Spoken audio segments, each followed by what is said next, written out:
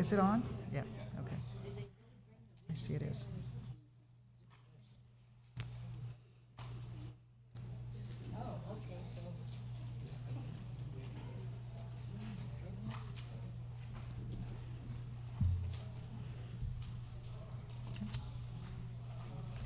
Good evening, everyone, and welcome. A warm welcome to everyone here at the historic Guild Theater in Oak Park, Sacramento, and to all of those who are participating virtually online, wherever you may be. My name is Elizabeth Vasile, and I'm Director of the Health Equity Resources and Outreach, or HERO program at the UC Davis Clinical and Translational Science Center, where our mission is to build the research teams of the future to improve human health. And in HERO, our mission is to bring the public into those research teams. I've been privileged to serve as a co-organizer of this event, together with Professor Wayne Meyer from the UC Davis Alzheimer's Disease Research Center, and a joint planning committee made up of local leaders, university staff and faculty, and representatives of state agencies, community-based organizations, and national associations and advocacy groups. My job up here tonight is to name names and give thanks.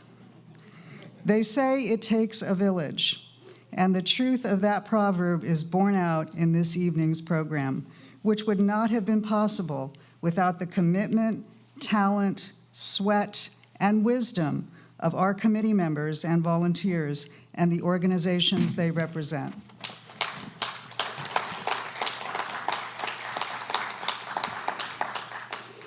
I know you have been looking at you've been seeing the sponsors streaming by, but I want to do a live shout out and a thank you to all of them in turn.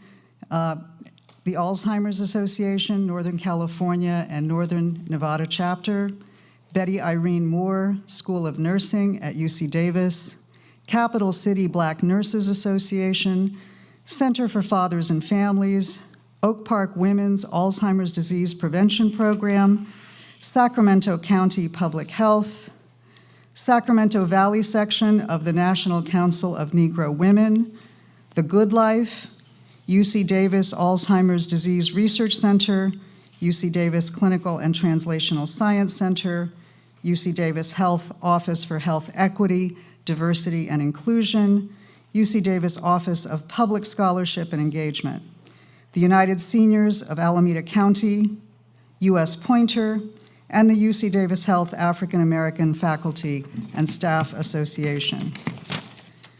Acknowledgement is also due to the businesses and institutions that reflect this community's essence and aspirations and have held and nourished us so beautifully today. So I want to call out Chef Booker T, who, if you didn't have a chance to have dinner over at Estes Park, maybe next time. And also to St. Hope, in all its many expressions, including this wonderful theater and Estes Park and many of the lovely establishments right here in this area.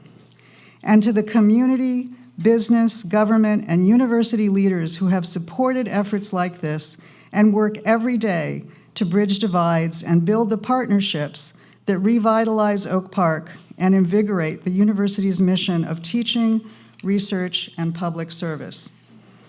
Lastly, and especially, to the individual members of the Forget-Me-Not Planning Committee and our volunteers. Please stand up, all of you members of the Planning Committee and volunteers here tonight, and please join me.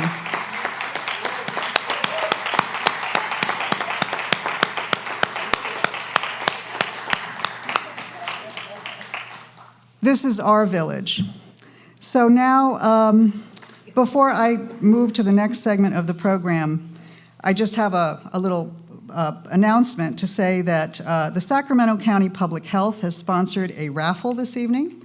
We'll be drawing prize winners at the end of the program, so I want to say please stick around if you're here at the Guild. And now, to the next segment of the program, when our community partner, Wanda Williams, who with the Center for Fathers and Families, who's also a planning committee member and also a community advisory board member for the Alzheimer's Disease Research Center, is going to introduce our guest of honor this evening, Garrett Davis. Thank you. Thank you, Elizabeth. Good evening, everyone. It is wonderful to see you here. Thank you so much for coming out. I hope you have enjoyed yourself thus far.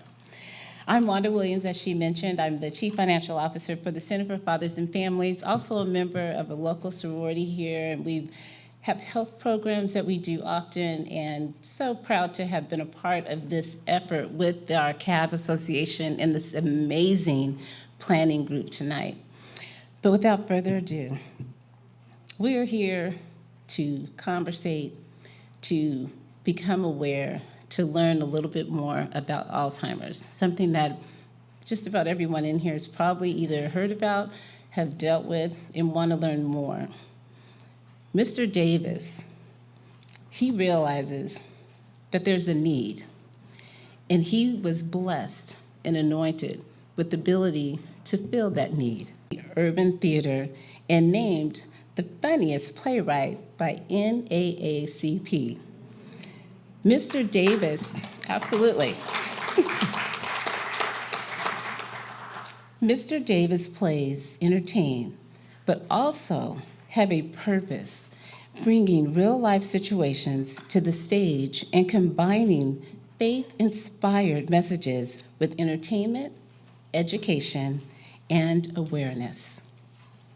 In 2010, he began developing an idea which allowed one of the most poignant works to become a means for communicating some very diverse and tough health issues, one of them being Alzheimer's disease. With this production of Forget Me Not, you will learn, you'll be entertained, you'll feel comfortable enough to ask as many questions as you can. And we have some amazing panelists that will be here with you. But as a result of the work that he's put in, he has developed not only Forget Me Not, maybe he'll share some things with you tonight that we also learned, but this form of art, again, it doesn't just entertain, but it educates. And we hope that tonight you'll sit back, enjoy, and learn a little bit more. So without further ado, if you can please put your hands together, give a warm Sacramento, California welcome to Mr. Garrett Davis.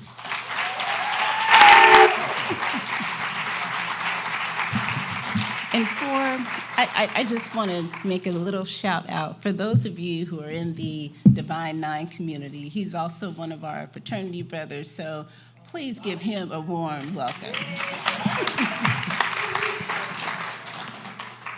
As a college student, I went home. I'm the oldest of 20 plus grandchildren. First one to go to college, first one to get a degree. My grandmother's name was Goodness, and I was the apple of her eye.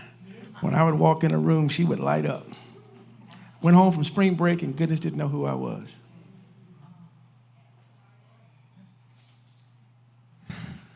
Years later, it still gives me chills.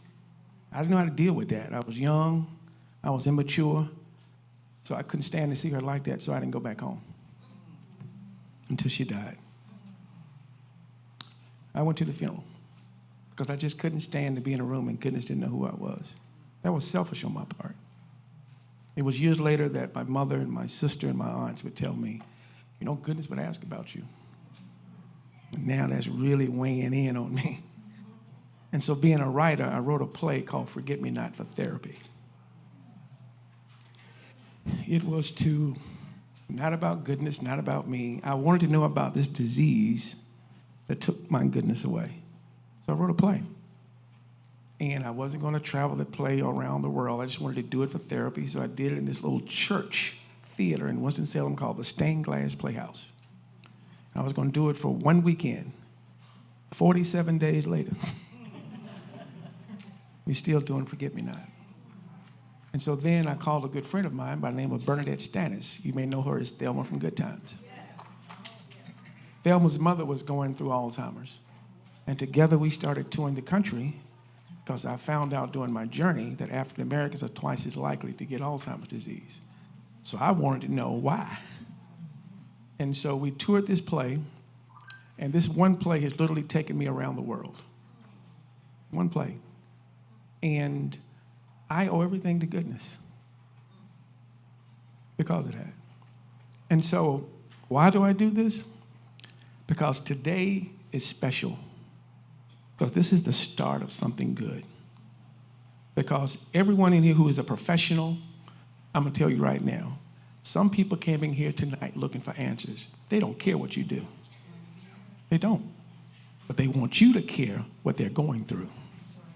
And so we have to bridge that gap. I don't want to talk about biomarkers. I don't want to talk about this, that, and the other. I want to talk about what you're going through. Because you don't get a call in the middle of the night that says you're going to be a caregiver tomorrow. You get a call that says, Mama failed. Meet me at the hospital. Man, that's a little bit more serious than we thought. Somebody's got to stay with Mama. Who ends up staying with Mama? Whoever lives closest to her. And your other brothers and sisters tell you what to do. And you don't like it. And your brothers and sisters fight. And they don't get along. Mama had 5, but 5 can't take care of 1. That's reality. The thing is, how many caregivers in here? Raise your hand. Now, the ones that didn't raise their hand, you don't know you're a caregiver. So the ones that did, I'll start with one that did raise your hand. You've been anointed, and you were appointed to be a caregiver, if you're the primary caregiver. My mother has Alzheimer's. One of the hardest things I had to do was I had Dr. Baker from Wake Forest to invite to come to my house to examine my mom. It's funny. It's okay to laugh for caregivers. It's okay. You got to laugh to keep from crying. She would ask my mother, do you know where you are? Yeah, I'm at my son's house. You know how you got here? Well, somebody brought me. And she gonna give you an answer. Yeah. So if you, Dr. Baker said, if you fail, would you know how to call your son? Do you know his number? If you fail, would you know how to call him? You know what her answer was? I pray that don't happen. And so so the thing is, caregivers, primary caregivers, you have to call yourself a caregiver. Because in our culture, if this is my mother, stand up for me. Yeah, come on. You can be my mama tonight. If this is my mother, and I'm her son, I'm going to do what I can for my mother. Okay? I'm not going to be the best husband I can be. I'm not going to be the best dad I can be. I'm not going to be the best worker I can be because I'm taking care of my mama. But if I don't look at myself as a caregiver, I don't open myself up for resources that are available to me. Because I'm trying to be strong. And in our community, have a seat, Mom. In our community, we don't want nobody to know our business. We don't. So let's say Mama likes to go to church. So me and Mama go to church every Sunday morning. And so one Sunday, while the preacher's preaching, Mama gets up and says, I'm ready to go. It's cold in here. And they look at my mama funny. And they look at me funny. Now, the one place I've been going every Sunday, I don't go no more. Because I don't want nobody looking at my mama like that. I don't want nobody looking at me like that. So they see me in the grocery store. Brother Davis, you ain't been to church. Yeah, I'm taking care of mama. They go back and tell the reverend, pray for Brother Davis. Brother Davis needs more than prayer. And the ministers in the house, I want to talk to you because until you understand what you're dealing with, you'll always push people away. You got to be able to meet people where they are. Brother Davis needs more than prayer. Brother Davis needs support. But there's a disconnect between what I'm going through and what you want me to know that you do. And so how do we connect the dots? Tonight. You're here tonight, not by accident. Because you're not going to be able to get all this information and go back to your home, go back to your job, go back to your family, and be the same. You can't. It's not possible. There are too many resources available to you within reach for you to not to take advantage of. So the first thing I want you to do is forget everything you know about Alzheimer's tonight. Don't come in here with a PhD. Don't. We're going to have a conversation. The play and the clips that I'm going to show you, this play is 13 years old. God blessed us with it, but I thought it was time to do something else. So in July, we're coming out with part 2 called Unforgettable. So Forget Me Not, some of the clips you're going to see in the play tonight, you know, it talks about Alzheimer's from the character who has Alzheimer's, which is me's point of view. Unforgettable is going to talk about it from the caregiver's point of view. Because, you know, we live in a sandwich generation. For the first time in the history of the world, there are more people over 65 than under 17. Which means, all right, son, take care of grandma while I go. Now, I'm stuck. I'm using the word stuck because kids don't understand. I'm stuck taking care of grandma because mom and dad got to go somewhere. I'm in the house with grandma. And so another thing is professionals, everyone who had a table out there. I want you to start meeting people where they are. In my community, you don't have diabetes. You got what? Sugar. I got sugar. When goodness had sugar, I wanted sugar. I didn't know it was diabetes. You got to meet people where they are. So if they come to you and say somebody's senile in your family, more than likely they're talking about Alzheimer's. They're a little touched. Understand the language professionals and the lingo that they use so that you can make a connection. Professionals, the last thing is, and the reason that I'm an advocate about coming back, I don't want this to be a one-time. This is just a start. We got to build on this and keep going. Because if we don't build on this, this will be like a vapor. And in 2-3 weeks, we don't forget about it. Until you see me on TV, like, yeah, I think I saw that guy somewhere. Okay? So tonight is important to think about somebody in your family that may or may not. Think about having a conversation. You know when the best time to have a conversation about mom and dad? Holidays. Because around Mother's Day, around Thanksgiving, around Christmas, everybody's coming into town. The perfect time to 5 minutes aside and say, look, guys, look, let's keep an eye on mom this whole weekend. At the end, before we go back to disperse, tell me what you saw. It's a conversation. Because what happened, let me tell you what happens in our community. Since I'm prideful and I don't want anybody to know what's going on, by the time I come ask for help, you best believe I need it. I'm asking the preacher to walk on water. I'm asking the Alzheimer Association to have somebody come to my house now. Because we wait, I'm just saying, we wait till the last two because we're trying to do it ourselves. I'm saying let's get out in front of the curve. And the only way you're going to get out in front of the curve is to have conversations when you don't think anything's wrong. Because I guarantee you, if somebody had Alzheimer's in here, you can't look at a person until they got it. If my mother was here, if I didn't tell you she had Alzheimer's, you probably wouldn't know it. She'd talk to you, do whatever you told her. You would never know unless you were around her more than 2-3 days. So you can't look at someone and judge someone by what you think. That's why I said take everything out of your mind about what Alzheimer's is, because it's different in every person. So this first clip that you're going to see, it is real easy to just overlook stuff. It is so easy. Because we have to understand the difference between normal aging and Alzheimer's. Well, how do you understand that, pastors? Have the Alzheimer's Association come meet with your women's group. Have the Alzheimer's Association come meet with your men's group. Don't create an event. Have them to come to an event that already exists. Just give them 10 or 15 minutes. Start a conversation. Let's look at this first clip and see what happens when June goes to the store.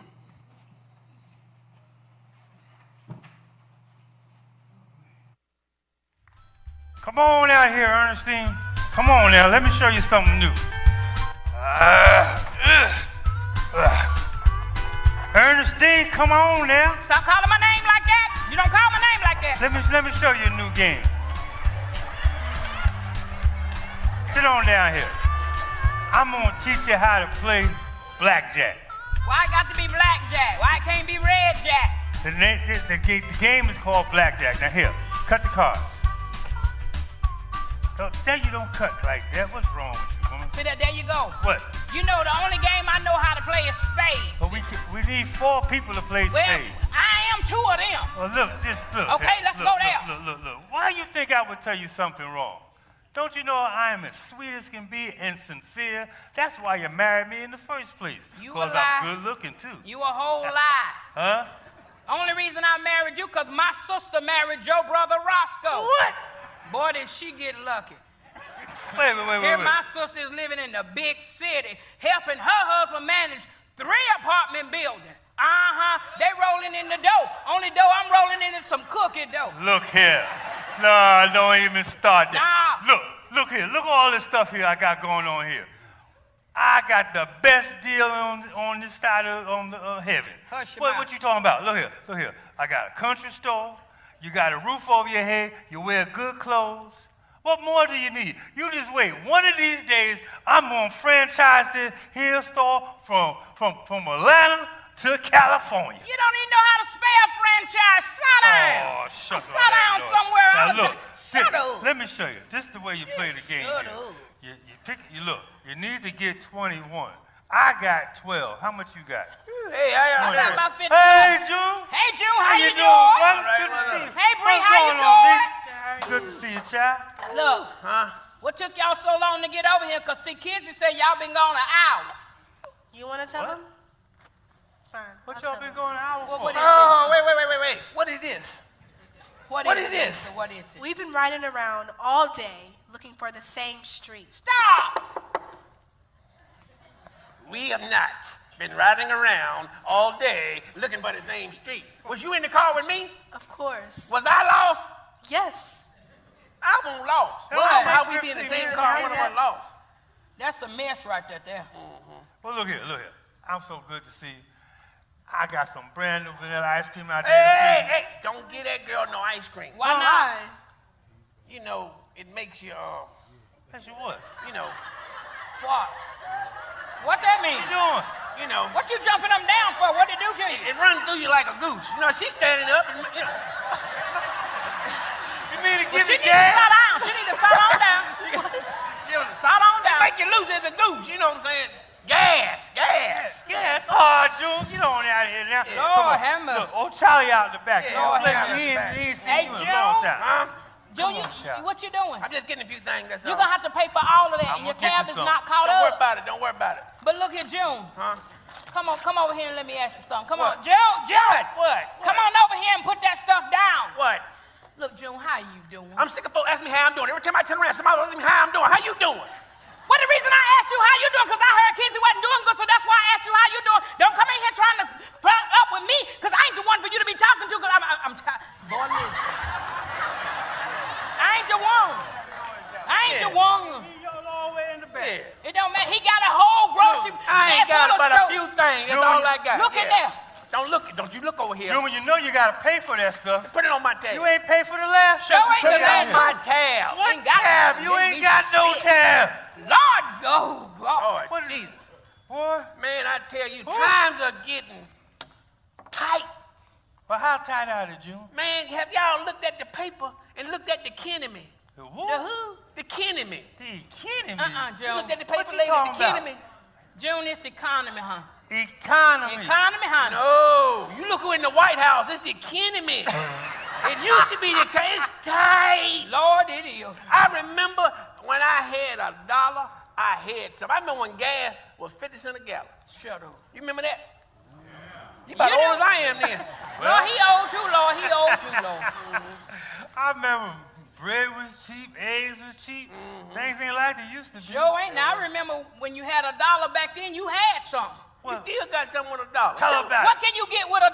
You get Coke, you a honey Coke, bun a honey bun. and a Coca-Cola. You can't get the both of them for $1. In here I can. I can get What you thought? Get the phone. That's good stuff right there. You just get the phone. Don't tell me what to do I in my bet you you're going to store. say hello. Hello, Told you. Bill's Country Store. Hey there, how you doing? June. Yeah, he here. Uh-huh. Yeah, she out back playing with the dog. Yeah. Oh, yeah? Oh, okay, I'll be sure to tell him. Well, you take care now, and you tell her I said hi. Bye-bye. Who was that on the phone? Don't you be asking me who's on the That's phone. right, tell her. This is my store, Your my store. phone. Don't That's ask right. me no questions. Tell her what it says I told on the her. side. Oh, yeah. Guess what? This store is my store. Whatever. That say Bill's Country Store. Whatever. No, it don't. What? It said Riverside Epicenter. Oh, shut that door. That's what. Look here, look here, look I here. told you he can't read that. That was your daughter on the phone. She said, Miss Kizzy ain't feeling well. You need to get home right now. Oh, well, look, What you waiting on now? let me use June? your phone. Let me use your phone. Now you What look like you you use just, the phone you for? just come pregnant up in this tip. Didn't you say I drove? Now, June? What you need to use the phone for, June? Yeah, what is it? Didn't you say I need to go to the house? I need to call a cab. Wait a minute. June, you your car out drove over front. him. Stop playing. You play too much for me. You know you What's drove wrong over with him. you? Stop that. Look here. You go ahead. Will you be to go? Ain't you forgetting somebody? Who?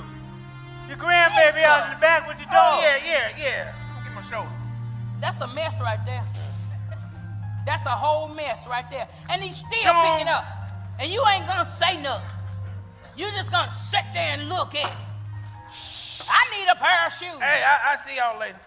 June. Look at it. Lord have mercy. Lord have mercy. Listen to me. What? Ain't June acting a little strange to you? Well, how is he supposed to act with his wife being sick and all, Bill? No. He ain't acting himself. I What know he him acting like? too well. He just ain't acting himself. Look here. I'm going to go and, even better than that. What I want you to do, I want you to follow him home to make sure he get there safe. What? You heard what I said? If he ain't home in 15 minutes, we's going to look for him, okay? We's ain't doing nothing. What? Let me tell you something. You don't volunteer me to do nothing without asking me. I just got enough gas in my wagon to get right back across town and then come back to the store. The next time you volunteer, try it. Look here. Try it. Look here. You're going to respect me here in my store. One of these days, like I said, I'm going to franchise this place, and you're going to be on me like bees on honey. Come here. What? Come here. What? You can get all the bees that you want to get. Do you understand that? Mm-hmm. But you better realize I'm the queen bee of the honey. Hush all that noise. Oh, be quiet. You don't walk out on me when I'm talking to you. No. Honey. You just wait a minute. Oh, 2 points. If the first thing they said was, the girl said they've been driving around for an hour. Been driving around for an hour. I want to stay 10 minutes from the house. And ain't thought nothing about it. And then when he got up to go, he forgot where he was. And so you always got one who sees something, which is Bill. But his wife, ain't nothing wrong with you. So when your sister or your brother says something to you about mama, listen to him. Regardless, that's a sign. The longer it takes for you to believe them, the longer it takes for mama or daddy to get help. Why should they have to convince you when they're the ones taking care of them? See, what happens is you don't want to know, you don't want it to be true because you're trying to figure out what part this is going to mean for me if I got to come into it. So that's why you're pushing it back. That's exactly why you're pushing it back. Don't feel bad. It's just, it is what it is. But now that you know, if brother or sister or cousin or whoever come to you with something, you got to listen now because they're seeing something that you can't see. And you cannot nullify that. Let's go to clip 2.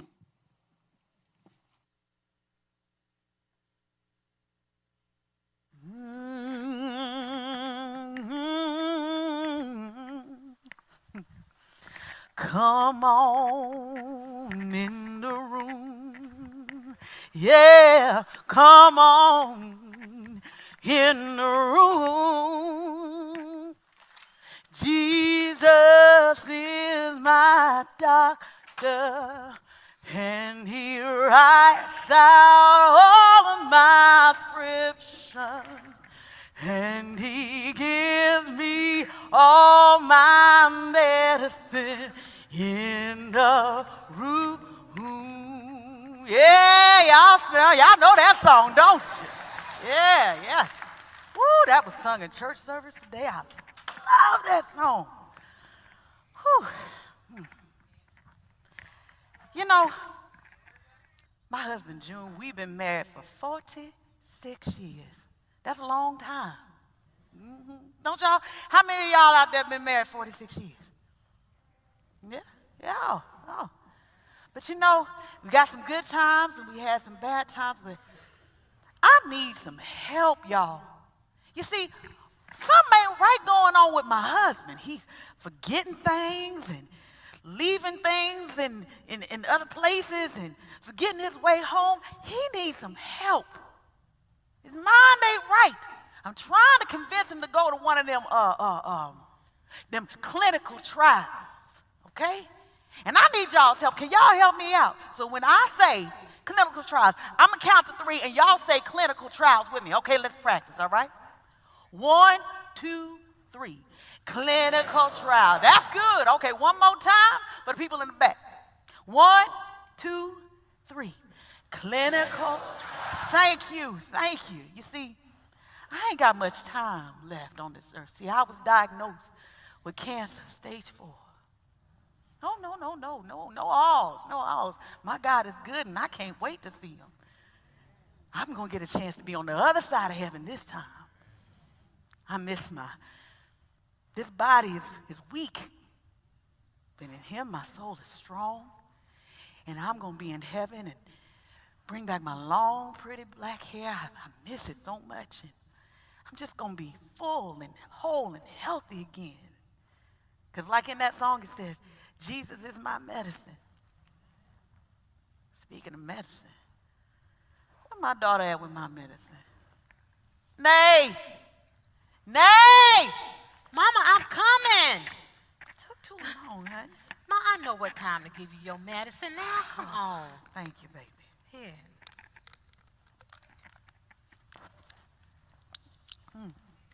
I know. Thank you, honey. You're welcome. Now, Nay, I got to talk to you. Sit down for a minute. Mama, look, right now I don't have time to talk, okay? I have to go mop the kitchen floor. I have to go and clean up your room. I have to make up your Nay, bed. I'm trying to talk to you now. Mama, I know, and I know what you want to talk to me about, and I really don't have time to talk to you about Nay! it. Sit down!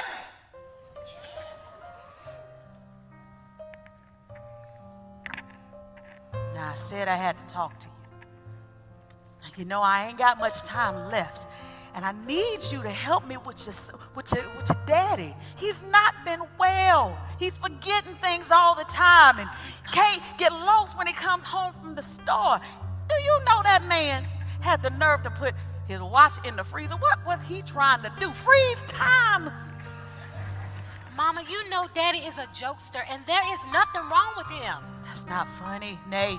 There's something wrong with that man. I need you to help him. Take him to this thing called a clinical trial. I need you to do that for me. What is a clinical trial, Ma? Nay, a clinical trial is kind of like how they test out medicine before they go to the store, and they bring people in to see if it works for them. Then that's when they do it. He qualifies. Please do this. There is nothing wrong with Daddy, okay? Nothing. All you saying is Daddy is forgetting things. I forget things. Lisa forget things. Theo forget things, Ma. There is nothing wrong with Daddy.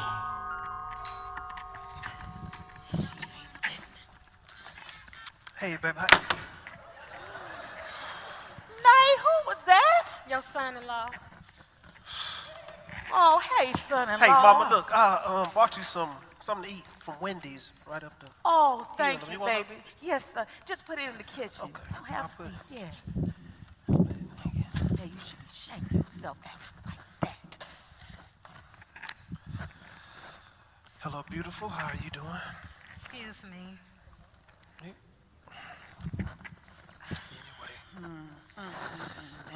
you should shame yourself. Look, Mama, don't worry about that. I'm used to it. Listen, tell me how you feeling today. Oh, I'm good today. And other days, I'm partly cloudy with a chance of thunderstorms. But enough about me. What I'm trying to do is talk to your wife about her daddy need to go to this clinical trial. There's something wrong with him. And I ain't got much time left, son. Look, Mama, listen. Look, ain't no need you talking like that, okay? Look, we all know what the doctor said, and we believe that you're not going anywhere until it's your time to go. So just stop talking like that, please. You know, all this we believe is nice and good and all. But I know what God says, and I know what the reality is. So while y'all believe in this, I believe I'm going to take a nap. And I need y'all to wake me up at 6 o'clock so I can watch my Golden Girls. Now, what I say I was going to do. Take a nap. That's right. And what time I say to wake me up? 6 o'clock. 6 o'clock. Y'all got jokes, but you know what I mean. 6 o'clock, Golden Girls. Understand? Yes, ma'am. Yes.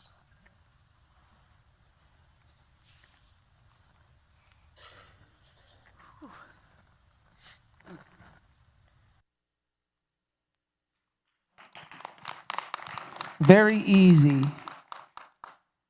in most families. It's always more than one person in the house sick. Very rarely do you just got one person that's going through something, especially if you got older adults. So mama has cancer, and it's terminal. So where do you think all the attention is? Oh, mama.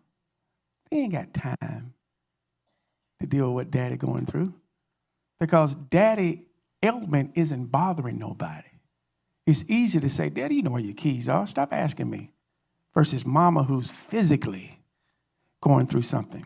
Again, the lesson tonight, when a family member comes to you with something, take it seriously from the beginning. Don't take yourself out of it. Take yourself out of it, because not all the attention is on mama. Daddy just slowly just fading away because we feel as though it's something we can handle. He's not causing a disruption. Next click.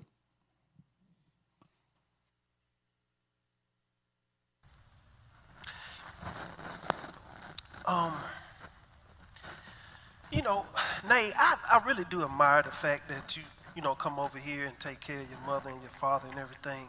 But since she's in the back resting, and we have a long time, I think that we need to talk about our relationship for a minute. Look, Theo, not now. It's not a good time. You always say it's not a good time. When is a good time, Nay? Nay.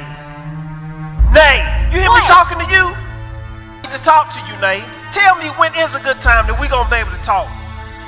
Matter of fact, when the last time you even picked Brenda up from school? When the last time you came home and cooked a meal for your husband? When's the last time? What? My mother is sick and all you can think about is you. No, I'm thinking about us and our relationship. No, you're not. Yes, I am. What kind of relationship have we been in? We haven't been in one. Exactly. So what's the problem? You know what? What is the problem? I am sick and tired of this, Theo. I'm not gonna argue with you. Cut that noise out. He got all the way over there at Six Flags over Georgia. God. Hey. Mom, Dad. Hey, baby. Hey. Hey, baby. How are you? Well, that's some news. You're not gonna like it, but I think it's... Wait a minute, baby.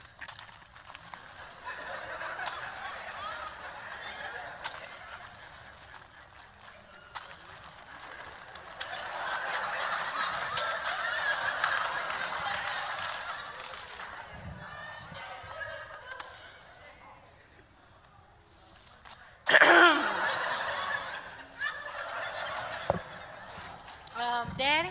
I know you're hungry.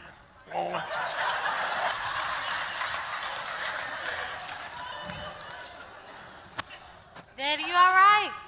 Yeah, I'm sick of folks asking me I'm all right. I'm fine. Well, anyway, we got lost going to Mr. Bill's country store again. I know, You right? got lost, Yeah, Daddy? again. Was you in the Why car is with he- me? Yes, we went over this. So let's go over it again. If I'm not lost, how are you lost? Unless you lost up here. Okay, you're right. So we live 15 minutes away from the country store, right? 15 minutes. Right. So tell me why it took us an hour to get there. Daddy? She don't know how to tell time. Daddy? What? You got lost? Whose side you on, Nate? But then it took you an hour. And then who said it took an hour? You going by what she said. Okay, you got something in the mail. Don't all of y'all get up at one time? This come in the mail. Yes, Daddy. Where you from, ma'am? Texas. They do everything big in Texas, don't they? When you get your mail in Texas, is it in an envelope?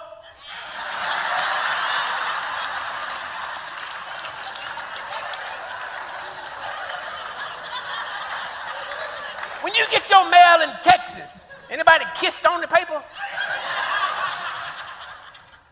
One more question, then I'm gonna let you get back to the show. If you open up other folks' mail, is that against the law in Texas? So you can go to jail for opening up other folks' mail. So I'm gonna tell you something, daughter. Now, I brought you into this world. You open my mail again, I'm gonna whoop your tail. So you got a choice to make, jail or tail. Jail or tail.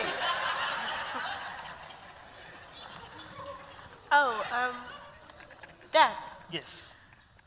I was wondering if you could take me to the movies later. Yeah, I would really think like to see all this of little y'all Spider-Man I movie. think all of y'all need to have a family day at the movies. Yeah, why don't you get all your folks, get all your daughter and your wife, and y'all go to the movies. Don't. You know what? I would love to take you to the movies, but tonight, me and your mother's going to a party down at my job. I tell you So what. I promise you I'll take you to the movies. No. Okay? Take her with you. If you take her to the party, all of y'all can be there. All of y'all can go. Woonga, woonga, woonga. Black Panther came out a year ago, by the way. It's just... Please. Well, I'm going to let her stay here with you, and me and Nate going to go to the movies. Yeah, that's right. Yeah, okay. Well, I do To that. the job. She can wash some dishes or something. No, I'm gonna take Lisa on to the movies. Go with your husband. Daddy, stay out of this. Why are you talking to me through your teeth? So we can't take her tomorrow? No, because I have to do stuff for Mama tomorrow, so I have to take her tonight, okay? You know what? Why should I expect anything less? You know what, Theo? I'm not gonna get into it with you, okay? Y'all can't get into it on the other side of that door. I'll see you later, okay? That look like a goodbye kiss. I'm getting ready. Yeah, I'm leaving. No, you See leaving you later, something Pop. behind. You leaving something behind, Theo. Mom. Nate, he gone. Okay, Daddy. No, it's not okay. Mom, what is going on between you and Dad? Seriously. I can answer that. Your mama like your grandma. Aflac duck, always talking. Aflac, Aflac. That's what's wrong with her. That's why your daddy gone out of here. Look, go check on your grandmother, okay? Make sure she's all right. Stay up under my bed in my fig Newtons, okay? Okay.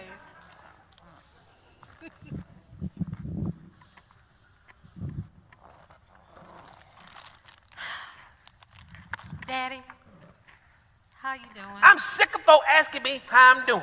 Every time I turn around, somebody asking me how I'm doing. I go down to the country store. Mr. Bill ain't got no teeth. How you doing? His wife got bad breath. How you doing? True story. I saw a dog cross the street. Dog just,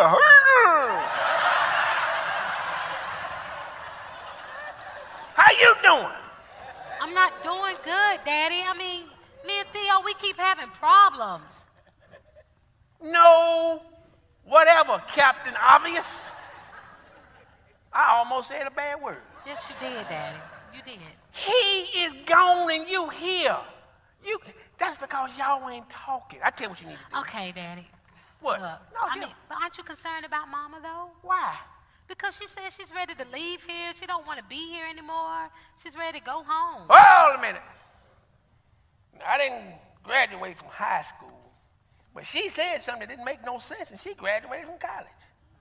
She said Mama don't want to be here, tired of being here, but she wants to go home. Here and home is the same place. That don't make sense to me. I tell you what you need to do. Call State Farm, get that hideous man on the phone, and find out why they want my tag.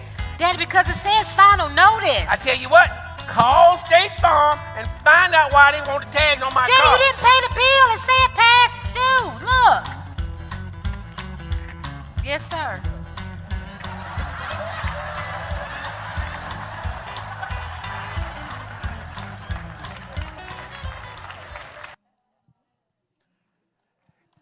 Did you notice when her husband and her were fussing, she never brought up her daddy one time? One time. Denial. She's in denial. Brother and sister, the sister could be the primary, like my sister, the primary caregiver. And she saw things before I did because she's around mama more. Had I not been in the field that I'm working in, I'd have questioned her. And I'm not even there. Only because I'm working in this industry, I listen to her. But everybody's not working in this industry. And so if the primary is in denial, what is it doing to the one they're taking care of? That's why it is so important to listen whenever somebody in your family brings up something. Investigate it. I'm going to skip along now because you've seen enough clips to get a gist of what's going on. But I want you to show you how this has evolved. We're going to go through the TV one after this. How it has evolved is we've gone from a play to now we are doing television series.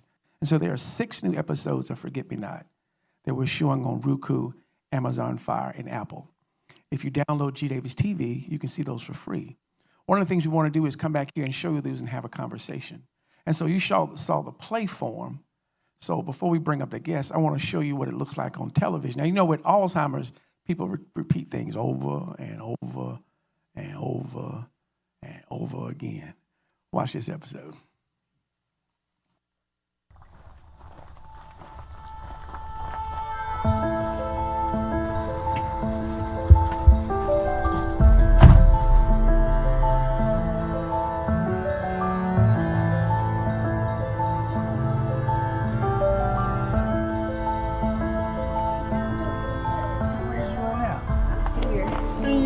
That's good. Grandpa, you got company. Hey there, June. How you doing, buddy? Good to see you, man. Good to see you, that boy. All right. See you still tinkering on this old car. Working on that SS. I hear you. Mr. Bill told me that you and him were in Vietnam together. That's right. 82nd Airborne. Mm-hmm. That's right, Fort Bragg, North Carolina. Sir. We used to jump out of the airplane. They'd open that door, that wind hit you in the face. Then you jump out the plane, pull that cord. Mm-hmm. Boy, you get the sensation you was eating a York peppermint patty. We was part of the triple nickel. What's the triple nickel? 555th Parachute Infantry Battalion, African-American unit of the United States Army. Proud soldiers. That's what we were. Right. We used to jump out of airplanes together. That's right. The door went open, that wind hit you in the face, and we jump. Pull that parachute, or we floating around. Whoo, then we hit the ground. Then we hit the ground. Yeah. I'm crawling up under the barbed wire. That's how I got this scar on the back of my neck. You know, I think I've heard you tell this story 1,000 times, but I never knew you were in Vietnam together. 82nd Airborne. Girl, we used to jump out of airplanes together. They pull that door open, that wind hit you in the face, then we jump. Pull the parachute. Whoa. Well, we didn't float. We'd get the sensation we were eating a York peppermint patty. Might not want to say that again. Say what? Oh, don't worry about it, Jim. Look here. You hungry? Why you say we're going to get something to eat? Hey, yeah, I'll drive. Oh, where's Nate? She took Grandma to her doctor's appointment. Well, how's she holding up? You may want to ask her when she gets back. Huh, okay. Hey, Brenda, go ask Nate where my keys at, because me and Bill need to go. He is not supposed to be driving. Look, I got it. Look there, John. You can ride with me this time. I'll ride with you next time, okay? Come on. Come on. I'm sick and tired. Every time I turn around, they messing with my John Brown key. Oh, don't worry about it, man. I'll ride with you next time. Come on, I'll meet you inside. Come on, Brenda. How long June been sitting down in the car like this? Every day he comes back here to this backyard. You know this car ain't ran in years, don't you? Yeah, I know, baby. Hey, y'all gonna smack your gums talking or smack your gums eating? Let's go. We're coming, June.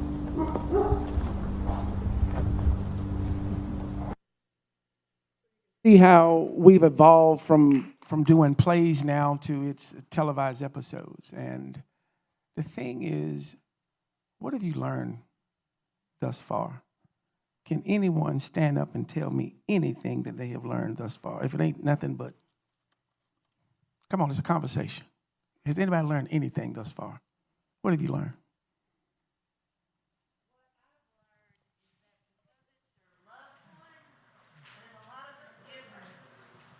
Yep. Pass that. That's the complete DVD of, give that to her. She said, because this is your loved one, there's a lot of forgiveness, which means you can't look at your loved one through your eyes. You got to look at your loved one through a caregiver's eyes. Because as long as you look at daddy, you will never see daddy that way. You can't be a daughter. You can't. That's why Renee can't see it. That's why everybody sees it except her. Has anyone else learned anything? Yes.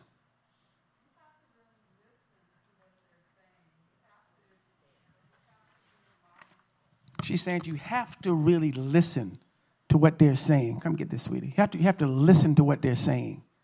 And so when you don't listen, why don't we listen? Because we don't want to hear what they're really saying. We want to force. We don't want to hear you forgotten. So we'll make an excuse. Daddy, you know. So when I do a workshop, make sure I get the panel up in about 15 minutes. Let me go over. When I do a workshop,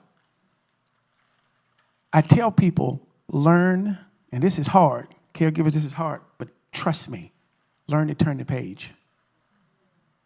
Learn to turn the page. That's what I mean by it. Situation. Mama ain't been to church in years. Daddy is dead. But one Sunday morning, she's ready to go to church. And I'm at the door, and she says, I'm going to go when Daddy get ready. One of the worst things you can ever do is get in an argument with an Alzheimer's patient. She ain't going to leave because in her mind, she waiting on Daddy. So how do you turn the page? Mama, Daddy already at the church. What? Come on, let's go. Just like that. Because if you sit there and try to tell her, in her mind, she cannot understand what you're saying. So why are you forcing her? So a lot of times the stress that a caregiver has, they bring on themselves. They bring on themselves because they want mama or daddy to act a certain way that they can no longer act. And if you're stressed out and you don't have Alzheimer's, what are you doing to your mom and dad? So you got to learn to turn the page. Because mama ain't going to leave till she know what daddy is. You can't dig them up. Turn the page. Daddy already in church. And by the time she get in the car, she done forgot about it. You have to understand what you're dealing with. But if you don't look at yourself as a caregiver, you never will, and it gets worse and worse and worse. You got to learn certain times of the day they're alert. So what if, your brother comes over, your sister comes over, and mama does everything you want to do? That's because they're alert during those times. Then when you ask her to do something, she gets on your nerve. It ain't like she like you more than she like her sister. It's the time you got to understand what you're dealing with. If you don't understand this disease, I'm telling you, you as a caregiver will worry yourself to death. And you'll try to do it all yourself, and you don't have enough resources to do it all yourself. And by the time you get fed up with it, now you're making decisions that are not the best. I'm ready to put mama somewhere. I don't care. Y'all come get her. I can't do this no more. And you can't. Now you call the pastor. Pastor? And you want him to walk on water. It is imperative while everything is calm that we have these conversations. Because once they escalate, ain't nobody listening. Because everybody's trying to make, it's just human nature. I'm trying to make decisions what's best for me and my family. My sister Emily, I live in Winston-Salem. Mom is with her in Raleigh because mom's home was in Warrenton. Now, you know how much I travel. So am I willing to give that up? Yes, I am. But I do what I have to do. But you got to have conversations beforehand, not at the end. Any question before I bring the panel up? What? Because I want the professionals to hear what you're going through. I don't want them to tell you what they can offer. I want you to tell them what you're going through. Yes, ma'am. My mother is exactly like the dad. You saw how he was responding to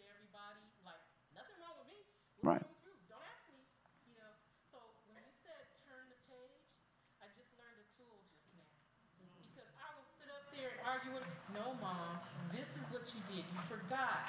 No, I didn't. When she just lost, like her ATM card is sitting right there on the table, and she'll hide it, and then forget where she put it. It's all through the day. Yeah. So I'm sorry. No. This is emotional. She says everybody is stealing. Oh, everybody is stealing from her, but when nobody is in the house to steal from her, she'll say it must be a ghost in here. Let me tell you something. In my right mind, if I'm in my house by myself and my money ain't in there, I'm trying to figure out where it is. In my right mind, I misplaced stuff. I know John Brown well. I did. Where's my? So what do you think someone? And now on top of that, add to it someone getting on you like something is wrong with you. Now, my memory might be bad, but my emotions and feelings are intact. Now you take me down a place. Now who knows what's going to happen? And now you're calling your sister, Mama cussed me out today. Mama don't never cuss. Somebody push you to the limit?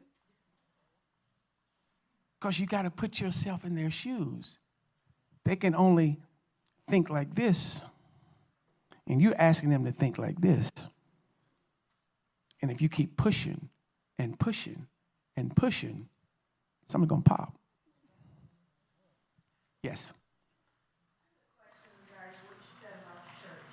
Mm-hmm. I went to the mom church and how that situation happened. How do you train, like the pastor or whoever's in charge of the church, so that you left the church and didn't come back? My thing is, why didn't they call to find out what was happening? Very good question. I'm not going to speak for the church. I'm just going to speak at the situation. And the situation is this. From the top, they've got to understand how Alzheimer's is affecting the church. It's not just affecting my family, and I'm so proud. It's affecting my family. It's affecting my community. It's affecting my church. It's affecting everything around me. And if there aren't things in place, the church should be the one place that I can go safely. It should be. And so now I'm going to my professionals. You got to find a way to get to the churches. You got to find a way to get to those support groups and say, look, let me come talk to your programs. Don't start new programs. Go talk to things that are already in place. Because every church got 20,000 things going. They ain't got time to listen to you about starting something. They don't. They're not going to do it. Why you want to come to my church? What is it you want? And so can I come to your women's meeting and meet with them? I'm going to bring lunch and talk to them about the warning signs. Not one time. Can I do this for a month or 2 months, every other week or something? Because that's going to show the church that you're committed to me. And so at some point then, hopefully the church will see. The church has got to see how it's impactful. They got to. If not, you're not going to go back because you don't feel comfortable. Church and work and whoever's the same place, wherever your comfort zone is. Someone said a question. Yes. I actually had a comment earlier. Go ahead. When you were speaking, I just wanted to make the observation that I think it's easier to imagine how to caregive for someone who has a physical problem than it is to imagine what it is to caregive for someone who has a brain disorder or brain degeneration, because it's not visible in the same way. And so it's easier to be in denial about that. That is so true. Because mama and forget-me-not is dying, all attention's on her. Daddy ain't dying. Daddy just getting on everybody's nerve. And you can put up a wall and count that out. But everybody's missing the warning signs. It doesn't become a problem until he becomes someone that, wait a minute, Daddy's doing this? Okay? This is good. This is really good because you're talking to me. If you're not talking to me, this is nothing. And we can't build on something that you're not getting input out of. So you got to give me input because I want the professionals to hear what you're going through so they know how to come to you and offer help.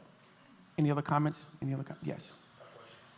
I have a family member who guess, managing everything for their boss right now. And He's the family member's the caregiver? no, I'm managing it. Oh, you okay. Family member. And she's at the point where she has very difficult short-term memory. You can do something, 5 minutes later, forget. And therefore, we have many cues. We have caregivers coming in, helping make sure she's medicine. And I want to know what made her happy. And I'm trying to figure out what she needs at this point. We still have her. She knows. You ever sit down and just have a conversation with her? Oh, yeah. We talk all the time. We talk when we see each other. And we talk on the phone on occasion. And the family goes in touch with her. But I don't know what she needs. Because even though I went through this whole process of getting her into it. I want you to accept the fact you may never know what she needs. And I think that's the tough part. Yeah, yes.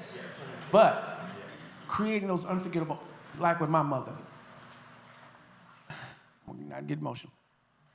If I'll ask her, how did you meet your husband? Man, she'll light up and just start talking. Find out about those conversations that make her smile and ask her over and over and over again, because that keeps her in a bright place. Now, for you, it may be.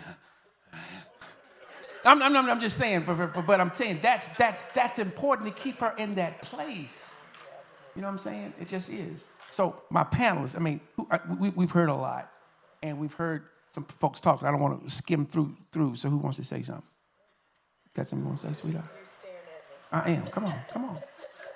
Because look, so I'm unorthodox with my method. The thing is, I don't want this to be where we're talking at you.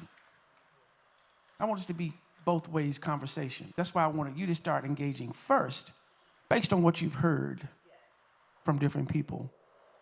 What sticks out? How would you help them? What would you respond? First of all, I'd like to respond to the gentleman. I didn't see who you were. Keeping engaged, just keeping them engaged. Don't put them away and leave them in a corner. With my mother, it was music. You could put music on and she would get up and do something called a snake hips. I think it's twerking, but I'm not sure. But for her, it was music. And the other thing was dominoes. She remembered how to play dominoes, and she could talk more smack when she was playing. But it put her in that place where she was happy, where she felt like she was being loved and she was being cared for and cared about. Now, see, my mother was the caregiver for my father who had cancer. And I recognized things going on with her, but my brothers denied it. Father passed away, that it was obvious that there was something that was going on because they were in denial. And they would get upset with her because she would repeat the same thing over and over again. And they didn't understand you have to go into their world. It's not about me, it's about them. It's about building a new relationship with a different person, if you will. Because I mourned the passing of my mother while she was still alive. This person I loved, this person I cared for, this person I did anything in the world for, but this was not my mother.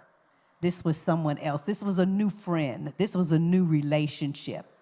And she told me, I will never forget you because I have a daughter named Cheryl too.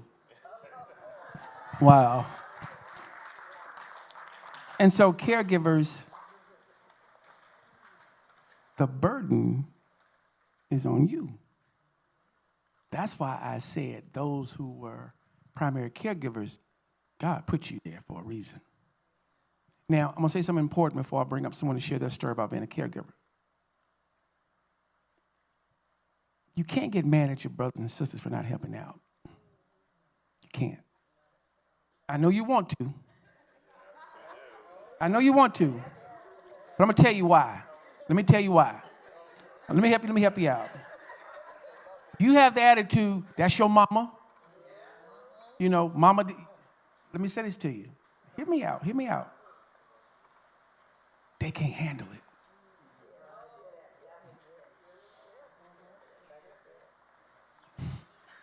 They can't.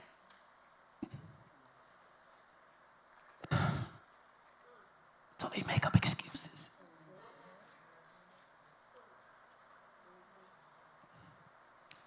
And it frustrates you because that's your mama.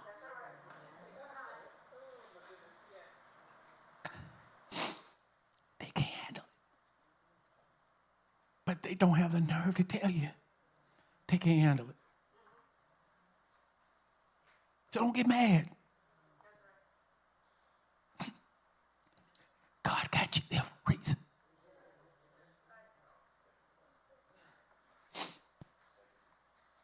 They can handle it, man. Yes. I'm going to bring somebody up that ain't on the panel now. Okay. How many stages of Alzheimer's is there? Well, there's 100. That's the simple answer, because it starts, we think, years before you see something where you really notice it. Just little things happening, and then it's worse, and the memory starts to go, and then maybe some personality changes. So some people are blessed for shorter courses, some are blessed with longer courses, and you know, the longest that I've heard of is nearly 20 years. So it can be a lot of different stages, and the thing that you want to remember is it's a moving target. And not only is it going in one direction, so what I say when I'm talking to caregivers and patients is, you know, you can be sure that this month is better than next month. But you don't know that today is going to be worse than yesterday. It could be better. And so allow the hills and valleys of the relationship to go up and down. And just be ready to find a new person every day.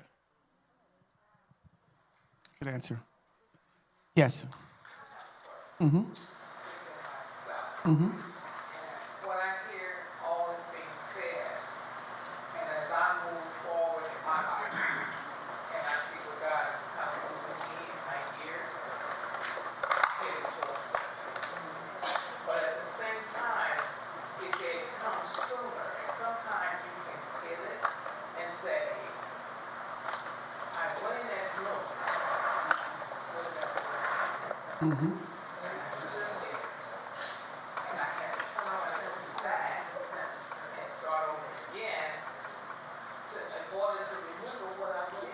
Now, let me say this to you before you finish. Just because you leave Walmart and don't know where you parked your car does not mean you have Alzheimer's. If you get in somebody else's car and try to start it up, now we got a different problem. It's easy to get overwhelmed. And when you get overwhelmed, you can forget things.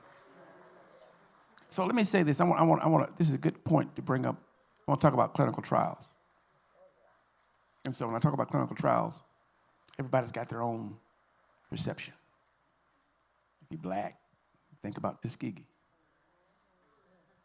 You think about, hey, being nobody's guinea pig. So I got $100 in my pocket. I give to everybody in here $100 if all y'all take the same thing for a headache. What'd you take for a headache? You don't have headaches? $100 lost. What you take for a headache? Advil, what you take? Aspirin, ibuprofen. I ain't got the same thing yet. I take goodies. I'm old school. Headache powder, I do. The powder. So, anybody been to Walmart and seen pills on the shelf? Every pill went through a clinical trial. But when we think about clinical trial, we think about it's bad thing because they're going to make a guinea pig out of us. I would hate for them to come up with a cure for Alzheimer's and it don't work in people of color because we didn't take part in clinical trials. Now, you don't have to clap because you still got Tuskegee on your mind. I know. But because of Tuskegee, things are totally different now. And there's so many different types of trials and studies. I challenge you, who's taking care of a loved one with Alzheimer's, to reach out and find out about a study.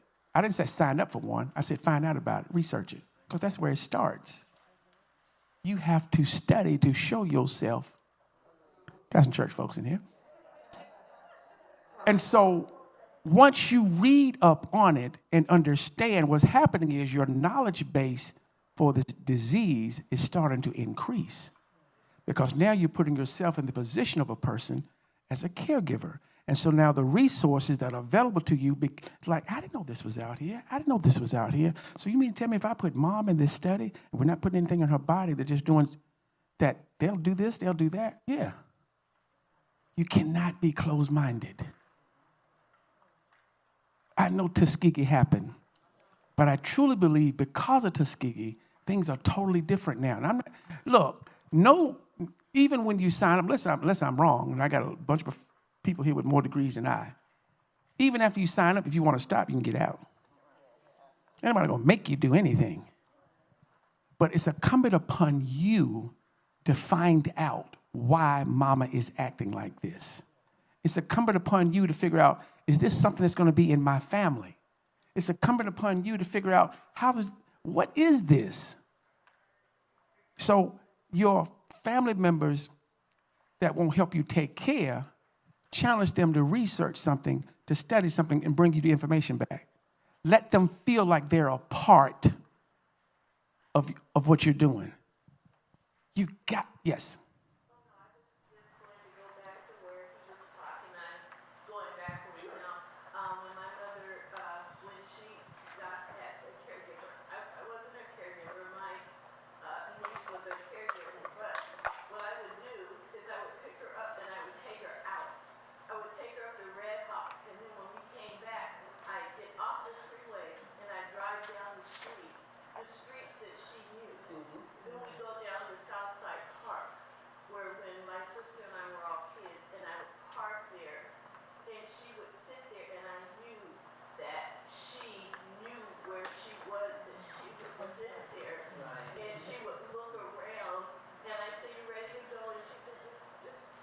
Oh, wow. You went into her world. You didn't ask her to go into yours. But if you wasn't a caregiver, you wouldn't do that. Mama, I ain't got to, we going this way. I ain't got enough gas to go that way. Huh? Hi, so I'm in the clinical trial and the research study for about 10 years. So now I'm in self-care, and I'm a new caregiver. My husband had a stroke, but mother has 8 children, and so we all, and I've been a real estate broker for 35 years, so you don't wait till mother is sick before we start balancing our life, a better lifestyle. And so with that, my mother gradually, Dad paid all the bills for 50 years. And so you imagine you had the same phone number for 50 years, and then he's gone. So the phone went off, the PG went off. That was the first stage. But, you know, we didn't worry too much about it. We just called her, and she didn't answer. Then the next stage is my sister, the baby sister out of the 8, decided she's going to take over, you know. And sure enough, mother wanted to go to the bank. She didn't want to go to the bank. My sister didn't want to go to the bank. So she's dragging mother out of the bank. Now, the bank, when mother goes in, she has a personal representative. So she doesn't sit in line, this kind of thing.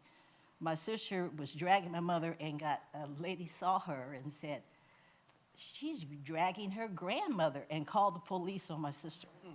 So now that's senior abuse. And so now we also see, you know, the robocalls and the scams. So it's a gradual thing. So now I'm in the clinical study with Dr. Johnson, and it's a beautiful thing. It's so much information that you can't even absorb. I'm learning stuff now that I didn't even think about it. Like I'm telling you the story about my sister. I wouldn't have thought about that. But here, the clinical trial is a beautiful thing. There's so much information. And they always mention caregiver, because not only are you a caregiver, you're going to be needing care. So you have to set up strategies. So if you do get lost, I went to Hawaii They give you a rental car. You better have your cell phone with your GPS because you don't know where you are anyway. So there's a strategy. Mother couldn't find her purse, so she kept her purse in the bed with her at night. We thought she didn't trust us, but which was true too. She said we all were in charge. But, you know, she knew where her purse. She knows, every morning she knows that purse is in that bed with her. But we thought it was trust. And so with being in real estate, everything is trust. Trust deed, you know, you only can transfer that. But living trust, and that's where I am with the self-care, the living trust. So you balance your life. And then there's a trust fund, because you do have to trust someone. And so it's a bigger picture. Now I'm also in a clinical trial for vitamin D, because I didn't know that I had, you know, I wasn't trying to get a suntan, but now I had this beautiful convertible, so I'm putting it on this suntan lotion, the 75, you know, anti-aging. But then I have 15% in my moisturizer, so I had no sun, thinking that I'm going to get my vitamin D from my son, for sun. But since I've been taking it, I feel much better. Of course, we have to, you know, take our shots because I travel outside the country, and if you go to Africa and you don't, you know, you have to have your shots. So you don't even come up with, you know, I can't take a shot. But the thing is that because it's such a gradual thing, then I see the life and death cycle in real estate with my uncles and all, and we just admired our elders so much that you couldn't believe that they, you know, they're not thinking. And of course, they tell you things over and over and over and over. But a lot of times you need to hear it, and mostly spiritual people that go to church, they don't need a psychiatrist. They know what the devil looks like. But if they're angry and this kind of thing, they just pray over it. And so you start to begin to think about strategies. But you really need to get into the research study and then the clinical trials. And most of them are free, but the information, you saw the information we saw at the park. I have a bag full.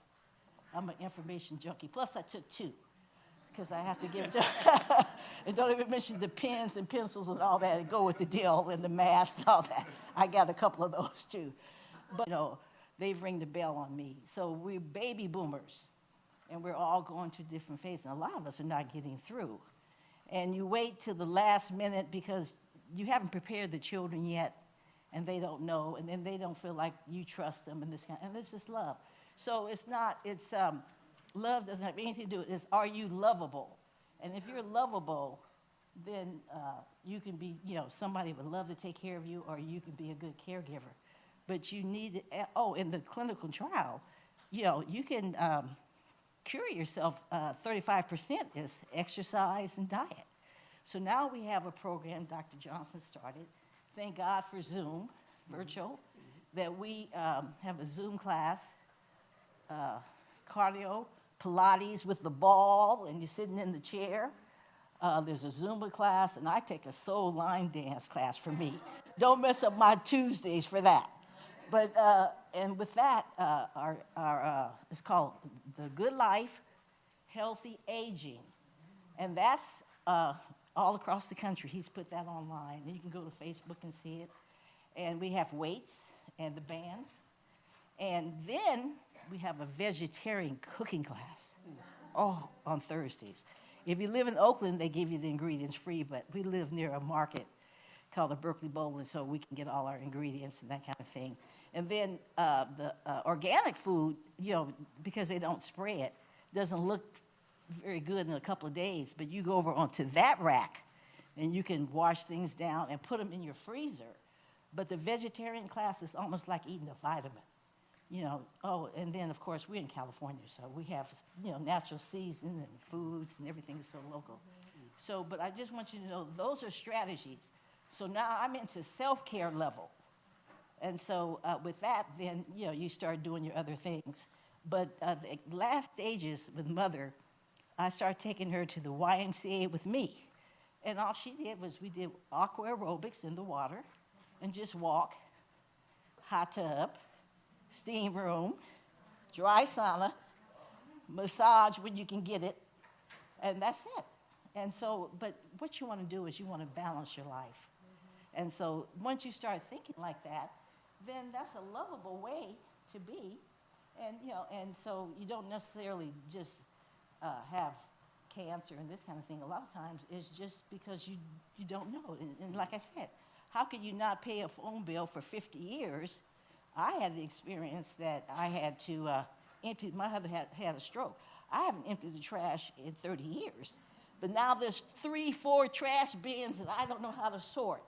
So that's a new way of thinking. So there's new things that you have, but I didn't even get into the actual research because there's a memory portion, there's a physical exam portion, there's a blood test portion, and then I started acing the test because they wanted us to know about the world and other people, and they would give you a map and a world map, and you're supposed to put the flag in the map. Remember we were playing that game? And so I said, I don't know where Sweden is. I don't know. I know where Russia is. I don't know where. Come to find out. So I'm fighting this because I said, well, where's Africa? Well, I've been to Africa, so I know where that is. But it's not a failed test. So now I've aced it, the test. I went to the United Nations and I got the map. But my neighbors are also Russian, you know, the whole world thing. So the thing I'm just trying to say is there's so many strategies that you can do. And keep it up because this is the most important thing. And the baby boomers, we're going through now. They ring the bell on me. So my birthday Ding, ding, ding, ding.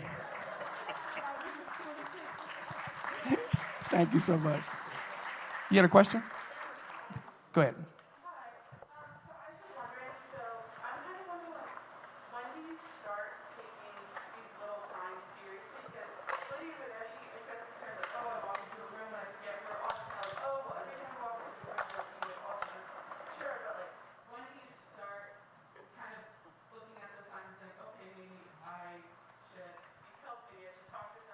Got you.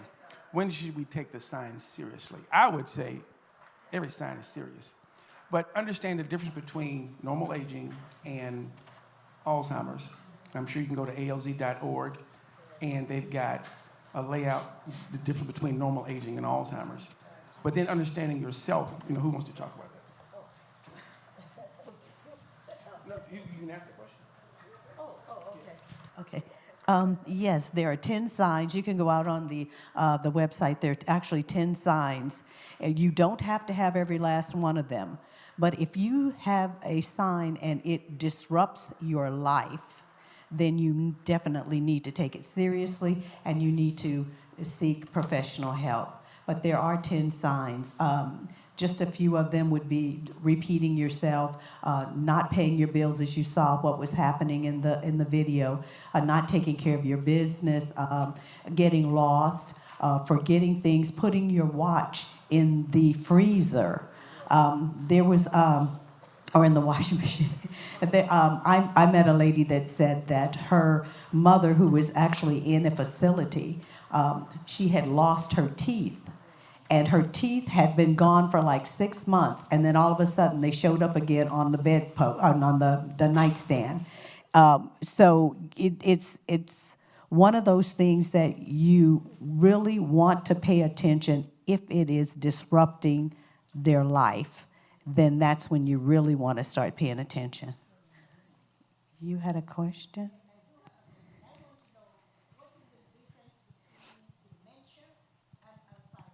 That's an easy one. Dementia is actually, it's an umbrella. It's any disease of the brain.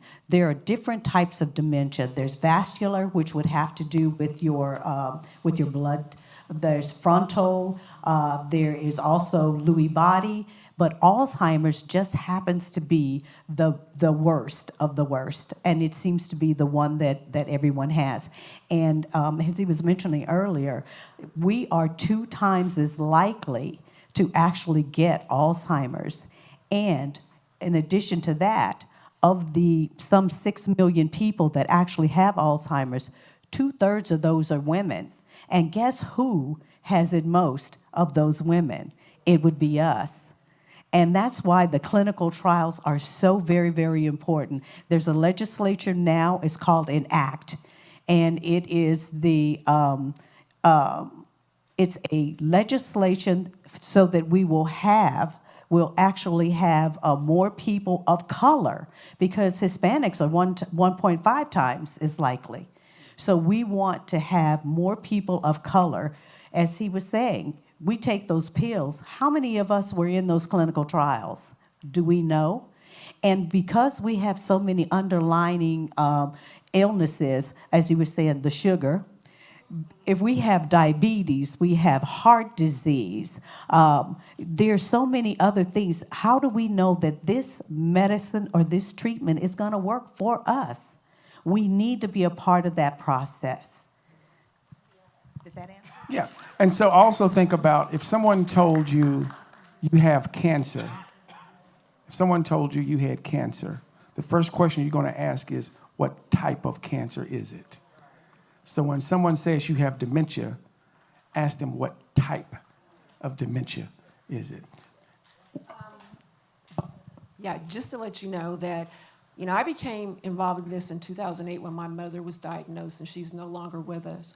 But I felt that I had to throw myself into this to find out whatever I could about this disease that was taking my mother's memory away. So I say to you that when, in fact, that you get those little snippets that something may be wrong, take it seriously. Look into it. I'm the youngest of 5, and I was the one that told them, something's wrong with Mama. This just isn't right. Oh, there's nothing wrong with Mama, says the sister in Texas. Oh, there's nothing wrong. She's okay, that says the sister in LA. They're not here. So take it very, very seriously. And about getting into her world, to their world, that's something else that's very serious. My mother used to see things. She hallucinated. One day she was hallucinating. She said, there's a spider on that floor. And I tell this story because it's funny, it's humorous, but it lets you know you need to get where they are. So I said, where is it? She said, right there. I went, it's dead now. She was satisfied with that. Because why? I got into her world. I believed what she was saying. I didn't question her. There ain't no fly, there ain't no bug there. What's wrong with it? Just got into her world. So get into their world. This back and forthness about, questioning her. No, Mama, that ain't right. No, Mama, that's not what you said. Leave it alone. You're just going to have a heartache yourself. Absolutely. Yes, ma'am. I just want to say, as you were talking, one of the other thoughts that I had is that many of us in our community will chalk up a form of dementia, or in particular Alzheimer's, to just old age. Absolutely. And we haven't really addressed that, but many Black folks just say, it's just old age. Mm-hmm. And I think that even might be a signal or a cue to exploring whatever type of diagnosis it might be. Right, absolutely. My sister-in-law and I went and spoke at a church here in Sacramento. And the pastor at that time, what he said was, we all gonna get it. No, it's not inevitable. No, it's not. It's not inevitable. Now you have to also get your doctor to give you a diagnosis. And there are some doctors that, there is that thing that you don't get the same health resources as others get. Let's be real, you don't get it, okay?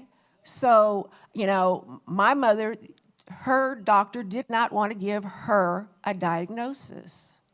My sister was a nurse. My sister took her in. And my sister that lived here, she's quiet. I'm not that quiet, but I'm not. and so I said, I'll go with you. I'll take off work. I'll go with you. And she said, okay. And the doctor, said, there's nothing wrong with it. Yes, there is. She's my mother. I know there's something wrong with her. And I said, my sister-in-law's mother, she went through a test with her doctor in the office. I call her right now on the phone, and I'll get the name of the test if you want me to. And he really, I think he thought I was questioning his authority. Let's unpack that. Let's unpack that. We need to unpack that. We can't just say that. All right, this is how I'm going to unpack that. You got to go to the doctor with your mom and daddy. That's one thing. Because mom and daddy may not be able to communicate what they're going through. For instance, when I went to the doctor with my mother, the doctor would ask her certain things, and my mother, she's going to give you an answer. And she's going to sound like very convincing. Okay? So if I was to break my foot, who would I go see? If I was to do something to my knee, who would I go see? So if it's Alzheimer's, who are we going to see? A neurologist.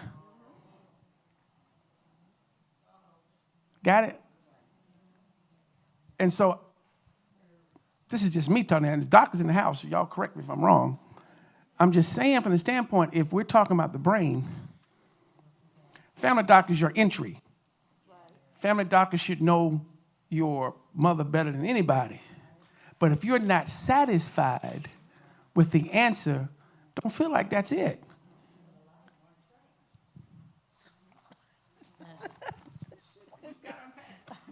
Okay, what he was saying, a lot of the doctors are not trained. They don't know what to look for. When we took my mother in, we were told that she had minor cognitive impairment.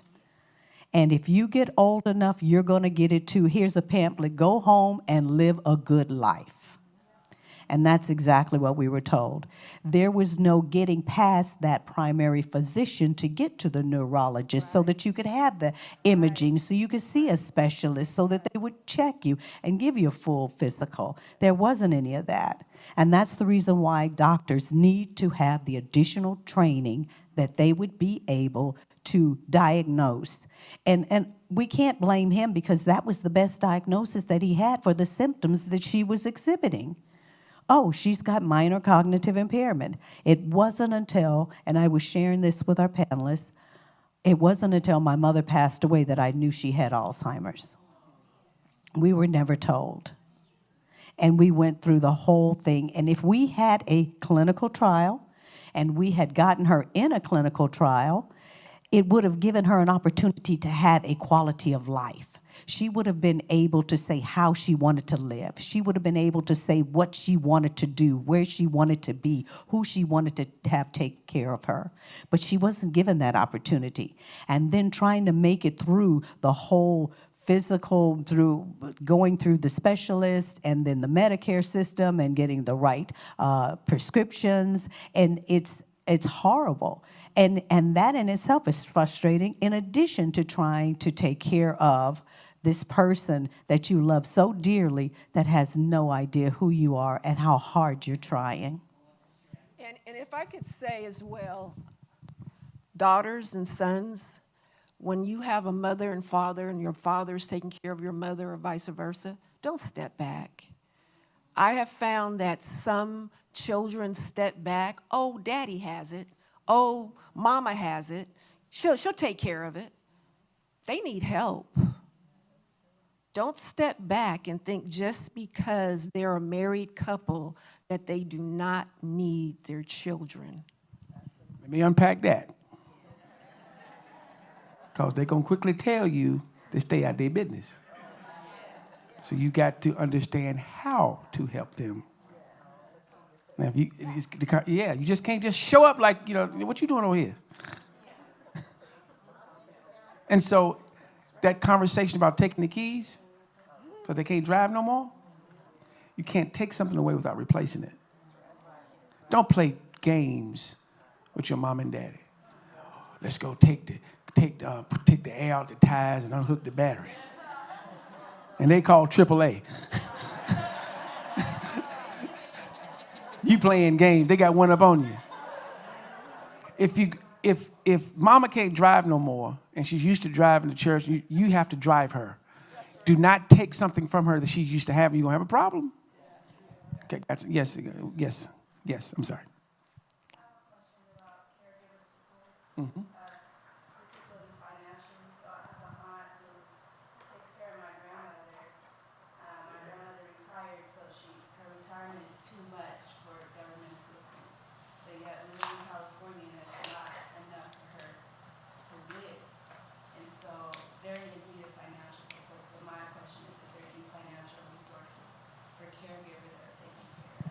professionals. Any answers for that? The short answer is that there are some specific organizations that can, you can get extra respite care, you can get daycare, and this lady probably knows a whole lot more about this.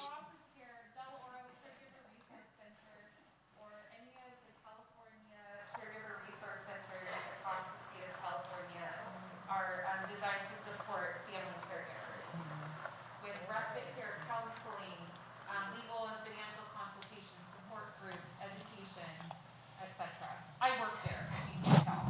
Right, and just do the whole audience a favor and just say what the Caregiver Resource Center is, because I was going to go there in a minute, and I think it's real important that everybody knows that this is available to all of us to walk in. And why don't you just take 1 second and say just a moment more about it, because it's real important to everybody. Thank you for getting, oh my God, you guys. Doctors amazing.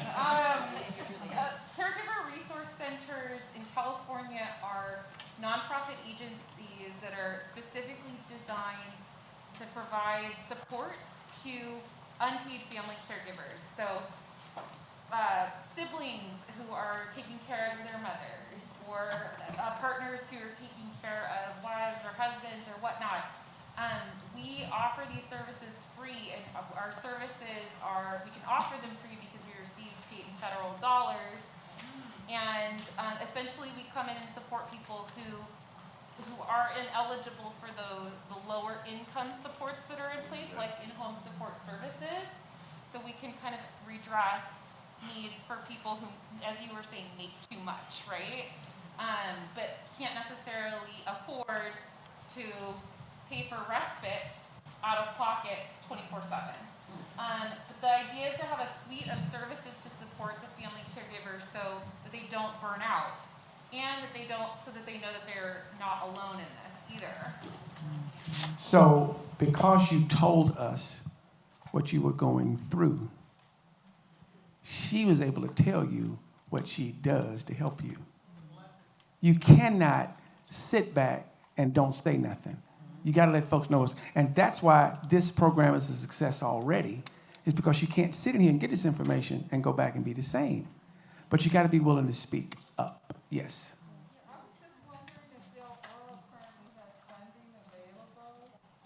I can't quite understand you.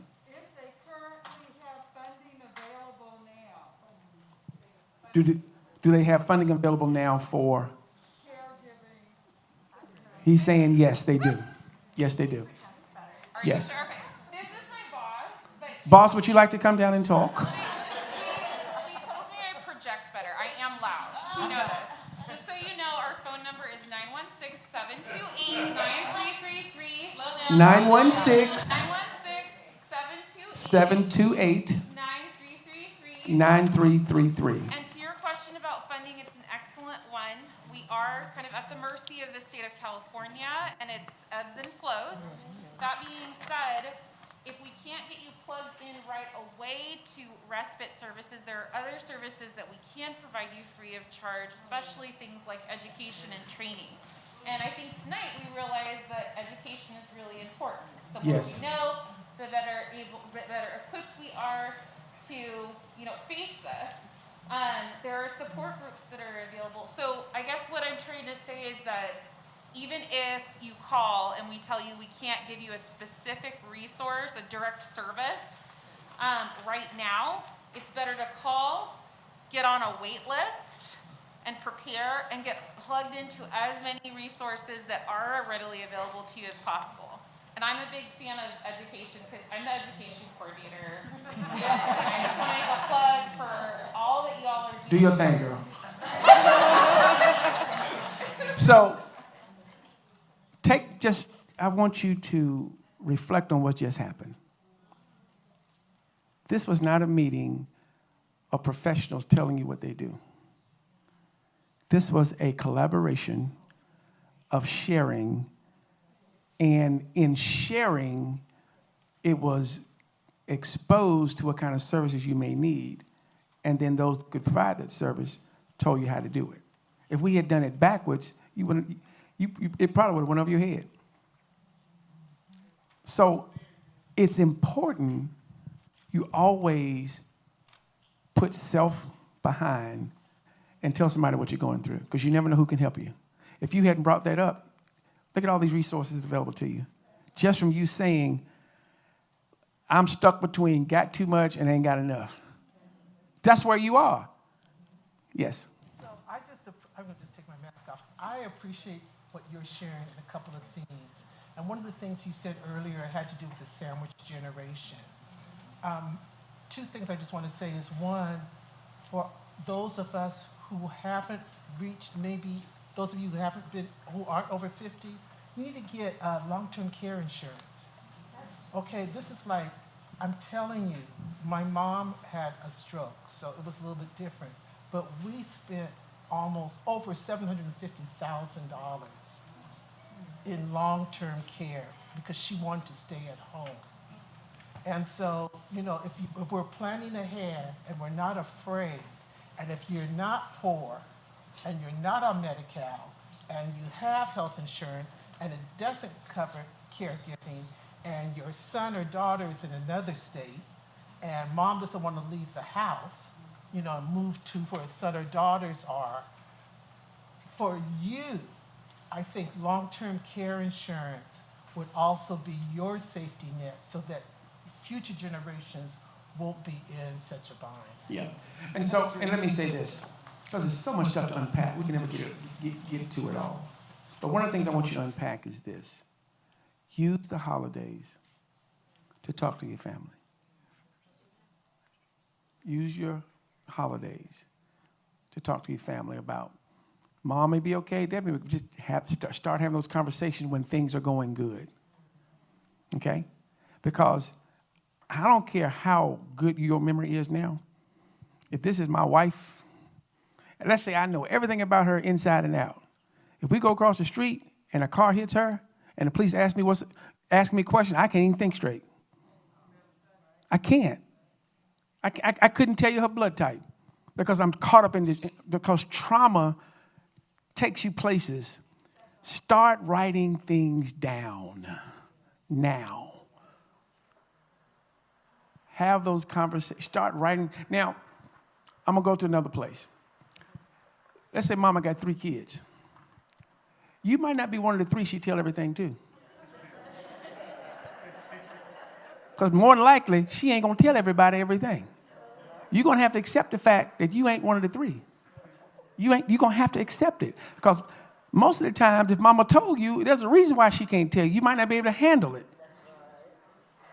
So there's a trust factor that comes with caregiving, and there's a trust factor that comes within the family. Mama or dad is going to tell one child everything, guaranteed. You may not be the one, you got to accept it. And so if you are the primary caregiver, that's your wife. This is what I want you to do. He's the primary caregiver, right? Tell his brothers and sisters, or whoever it is, don't worry about who you taking care of, Mama? Don't worry about Auntie. I know it sounds harsh. Tell them to make sure he's okay. Do what they can. Tell them to put their attention on him. Do something for him every now and then. Tell him to do. Now, he ain't going to tell. I want you to tell him. You tell his brothers, sisters, whoever, just make sure he's okay. Give him a break every now and then. Because if he ain't okay, Auntie ain't okay. All right?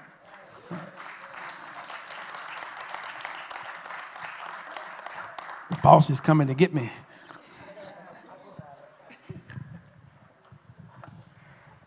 So we just have some, I just want to be sure that before we conclude this program that we give a shout out to our panelists. So, and just to have each of you, we didn't do formal introductions, but you have them in the program. So Paula Kirkendall, please stand up, Paula. So you heard from Paula.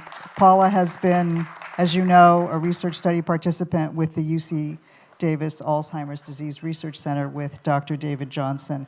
And Dr. David Johnson, you were not in the program. You stepped in last minute. We didn't have you here, but thank you so much for pinch hitting and being part of it.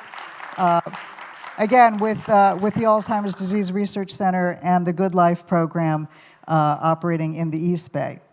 And thegoodlifepath.org. Check it out. do you want to say a few things about the Good Life program, just specifically, please? Thank you very much, Garrett. Yeah. Does he know I'm a big mouth or something? No, I'll be super brief. My team, my center, my incredible staff, we work in Oakland deeply and committedly. And when COVID occurred, we really rethink the whole entire paradigm about how we serve and live and work in our community. And we started something called the goodlifepath.org. And it is an exercise and diet and spiritual, peer-to-peer support, social support. It's all online, it's point-to-point. And we do cool things like cook vegetarian meals, we learn about food, and we eat it all together online. And it's been really remarkable. We got hundreds of seniors, primarily African American now, all throughout the whole entire country. And it's very cool, so check it out. It's completely free. Thank you. And Cheryl Johnson. So you've heard from Cheryl. I just wanted to say your name and have people see you and your name associated together. Cheryl is from Fairfield, and she is an advocate with the National Council of Negro Women, ambassador, works with the Alzheimer's Association, Northern California, participates in the Solano County Walk to End Alzheimer's. Amazing. Our panelists are amazing folks. And then lastly, Deborah Johnson. Again, also with the Alzheimer's Association, and as you heard from her, a panelist and volunteer since 2008. So thank you to all of our committed participants to make the program possible. And thanks to Elizabeth. Yeah, and Dr. Wayne Meyer. Wayne, please stand up, because you are the force behind this with the Alzheimer's Disease Research Center. And then we have a raffle, so I want to make sure, we mentioned the raffle, I want to make sure we don't fail on that promise. So we have two, Sylvia, three. Do you want to come up here and do the honors with the raffle tickets? Oh, no, you're going to get, okay. So Garrett, you do the honors. You pull the winning numbers there. And yes, and the raffle, again, is Sacramento County Public Health has generously donated prizes for the raffle. So we have 965. 965, last three digits of your ticket. 316-965, all right.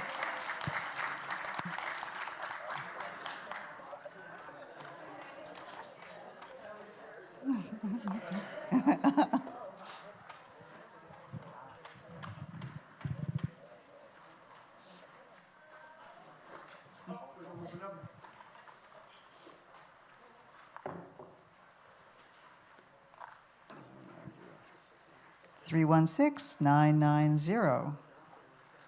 Anyone? All right. Yes. He's a prophet, won't you? Get that before he called him number.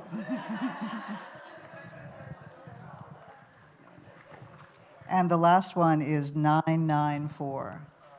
All right. So before we conclude tonight, I want to challenge you to look up a study. Okay? And when I say look up, that means you have to study it yourself. It's the U.S. Pointer. Okay? I'm going to say three things about it, and then we'll bring up someone else. So this study is a 2-year study to help participants make important changes in their lifestyle. One of the things I did when I did my diabetes project, when we say diabetes and sugar, the fear is amputation. A lot of the amputation come from you not doing what you're supposed to do. It's not the diabetes, it's you not managing and living the lifestyle with the diabetes. The idea is to increase health to the body, to increase health to the brain. Let me repeat that. The idea is to increase health to the body, to increase health to the brain. You must be willing to commit to make a change that the U.S. Point Study hopes will make a lasting difference in your life. Studies looking for adults between the ages of 60 and 79, between the ages of 60 and 79, who do not regularly exercise. Now, I didn't say go walking around the block every now and then, who do not regularly exercise. And please talk to the study team that is here tonight to find out more information. And now we're going to get you to talk about the study. Thank you. Hi, everyone. It's been great to be here. Thank you so much. This has been amazing. I'm Rachel Whitmer. I'm a professor at UC Davis in Public Health Sciences, Associate Director of the Alzheimer's Disease Research Center. And I'm the co-principal investigator with Dr. Sarah Farias, who couldn't be here tonight, for US Pointer. US Pointer is actually, it's funded by the Alzheimer's Association. And it's modeled after a successful study that was done in Finland called FINGER. But we didn't want to call it FINGER here in the US for obvious reasons. We had to explain that to the team in Finland. But this was really something put together by the Vice President of Scientific Affairs at the Alzheimer's Association, Dr. Maria Carrillo. We started talking about it years ago at a conference. Can we do a US version of this trial that was successful in Finland? Now, Finland's really different from the US. Really high standard of living, free medical care, great access to medical care. And so we said, can we come up with a recipe to emulate this lifestyle clinical trial? So this is not a trial that requires a pharmaceutical or a pill or a drug. It is about lifestyle changes. And what's so exciting about it is it's multiple domain. So there's been studies before that have looked at a certain vitamin, for example, or perhaps a certain medication to lower hypertension. This is something that's really looking at all different things at the same time. A different way to be physically active, a different way to train your brain, to think about different things to eat. And is looking at all these things together in concert over 2 years, and looking at changes in cognitive function. And what's so great about the trial is that there's 2 different arms. One is a structured intervention, a lifestyle intervention, and one is self-guided. And we're not in control of which arm you end up in, but no matter which one, you will have lifestyle changes, and it's really, really exciting. The Alzheimer's Association is taking this globally into something called worldwide fingers. So sister studies are being done around the world. In China, in India, in Singapore. It's actually called SINGER. And we have some new studies also starting in South America. And what's so exciting is we're going to be combining data from around the world to look at these outcomes. And of course, the study looks different across the world. You can't tell people in Singapore to eat the fish that they were eating in Finland and such. So it's sort of like the same recipe but with different ingredients, if that makes sense. And I really like that you talked about clinical trials earlier and the lack of participation from communities of color. And I can really say this is what drives my career, as well as Dr. Meyer, as well as Dr. Johnson, is that 95% of what we know today about the brain and about brain health and risk for dementia and Alzheimer's disease is based on studies of highly educated, urban-dwelling white people. And that is not okay. That is not okay. And the Alzheimer's Disease Center at Davis is really committed at changing this. And so all of us are really focused on studies done in everyone, in all communities. Like you emulated it perfectly earlier. You said, it would be really terrible if they came up with a cure, but it wasn't based on a clinical trial or a study that included our community. And I don't know if people remember the news from last summer when the new Alzheimer's disease drug came out. And that study was, I'm going to get the number wrong, 98% white, 99%? Not okay. There were some bad side effects in the study in some arms. And, it was really exciting that this new drug came out. But at the same time, what it represented was that we didn't have people participating. And this is not something that is specific to the Alzheimer's. Like, we were talking about Advil. We talked about diabetes, so drugs for diabetes. All these things are based on clinical trials. Clinical trials in general have tended to be highly educated, urban-dwelling white people. Research participants, for all research, I do a lot of work that's also observational. It's not a clinical trial, but just following people over time, trying to understand normal brain aging, brain health. Those studies as well tend to be white people. So it's just about, we're really trying to change that and encourage participation. And if you want to hear more about US Pointer, we don't have the website up there, uspointer.net.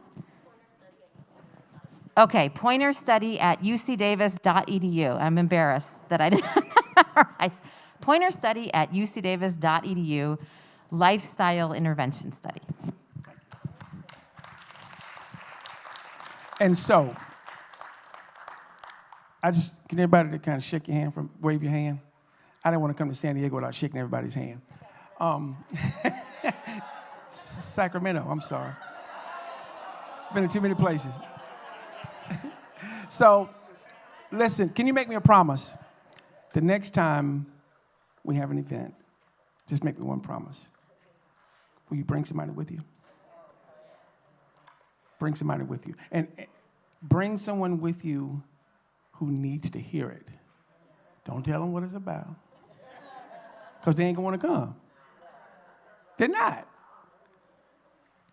Just do your creative magic and get them here. Because I guarantee you, how many had second thoughts about really coming tonight? Be honest. Now that you came, what? Exactly. So don't tell them why they're coming. Just get them here, and I promise you. So we got to make sure that this continues. So there will be another opportunity. There will be other programs.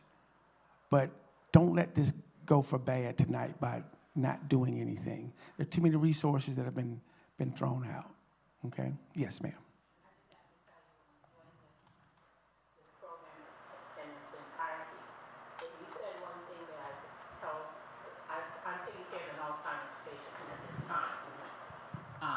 And her husband is a doctor. And I have to train him on meeting her where she is. This is the first time I worked with her, which was a Saturday. She was walking, talking, singing, dancing, stole my shoes, everything. 1 week later, nothing. And it destroyed the husband. So he's a psychologist, and I had to counsel him. So as I unpack that, it matters not how much money you got, who you are in the community. Alzheimer's does not care. And if I'm a doctor and don't look at myself as a caregiver, I'm going to go through the same thing you're going through.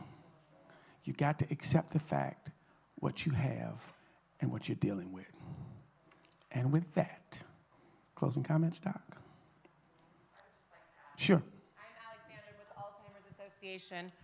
And you mentioned, our next event, but we don't have to wait for a next event. If you have a group of people that want information, education, please come see me afterwards. Simone, who you heard from earlier, she's actually one of our community educators as well with the Alzheimer's Association. We can talk about the 10 warning signs. We can talk about where to get respite funding, how to communicate with individuals with the disease. So please, this doesn't stop here until the next event. We are here and available. We have a 24/7 helpline. Again, come and see me if you didn't pick up that card earlier. We want to make sure that nobody goes through this alone. We hear that often. I wish we would have known about you when my mother was going through this. And we're here, and again, we have a 24/7 helpline. So if your loved one is trying to walk out the door at 2 in the morning because they were a night nurse and they think it's time to go to work, you give us a call, and you'll get a clinician on that phone that's gonna walk through how can you keep your loved one home. So come and see me afterwards. We'll get you the card. We want you to get connected to all of these resources. That's why we're all here today. So thank you.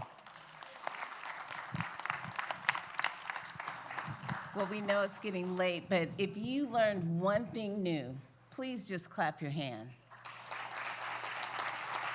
If you heard something that inspired you, that's going to help you continue to move forward, clap your hand. And if we can give this gentleman from North Carolina, a hand for thanking him for coming out here, please give him a hand. We thank you. We thank each and every volunteer who came out this evening. I cannot thank you enough, Liz. I cannot thank you enough, Wayne, and the entire team with UC Davis. This has been absolutely wonderful. When we talk about collaboration with our institutions, our universities, our community members, our churches, our families, that is where we're going to continue to grow. We'll continue to educate ourselves. We'll continue to learn. And it starts with having these types of conversations. So our panelists, esteemed, excellent job. Thank you for taking time out of your day to continue to help with this movement. So we appreciate you. We thank you for your knowledge. We thank you for sharing your stories. And we thank you for educating us. Our member in the audience, thank you for sharing. You were absolutely wonderful. Knowledge is power. Resources is important. And half the time, anytime I talk to someone and they're sharing about Alzheimer's, one of the key things they want to know is, what's available? What are some of the resources that are available? So that's important to all of us, and we want to make sure that you know that there's a resource in the community. But with that, I say thank you. Have a great evening. Stay safe and be well.